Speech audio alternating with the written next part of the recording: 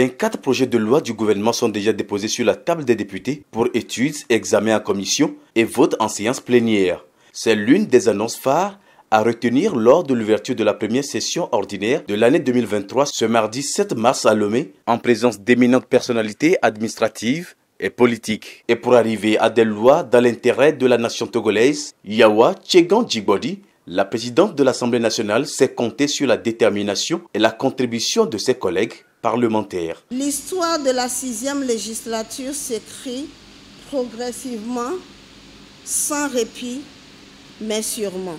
J'invite les commissions permanentes à travailler d'arrache-pied pour examiner tous les dossiers en instance, sachant qu'il n'est pas exclu que le Parlement soit saisi ou se saisisse lui-même à tout moment de tout dossier d'intérêt majeur pour notre nation. Si les problématiques de l'éducation de qualité, la promotion de la consommation locale ou la valorisation des collectivités territoriales avaient plus retenu l'attention lors des précédents travaux, l'Assemblée nationale dit tourner désormais son regard sur la question de la transformation structurelle de l'agriculture.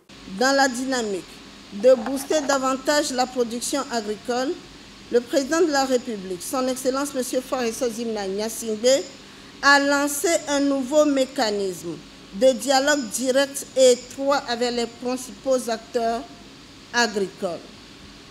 L'objectif est triple, à savoir évoquer les potentialités agricoles particulières de chaque région, réduire la pénibilité de la production agricole et promouvoir la transformation agroalimentaire. Face à la peur économique ou civilisationnelle, cette voie togolaise du progrès convient d'être explorée et exploitée tout particulièrement par notre jeunesse.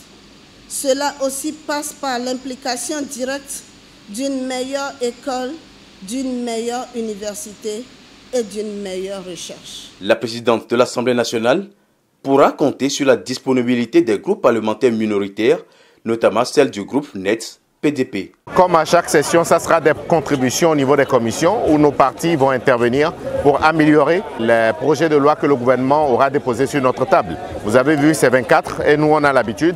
Et notre objectif, c'est qu'on fasse au moins le maximum avant la fin de la session. À l'Union des forces et du changement UFC, on pense travailler davantage pour réduire la vie chère au Togo.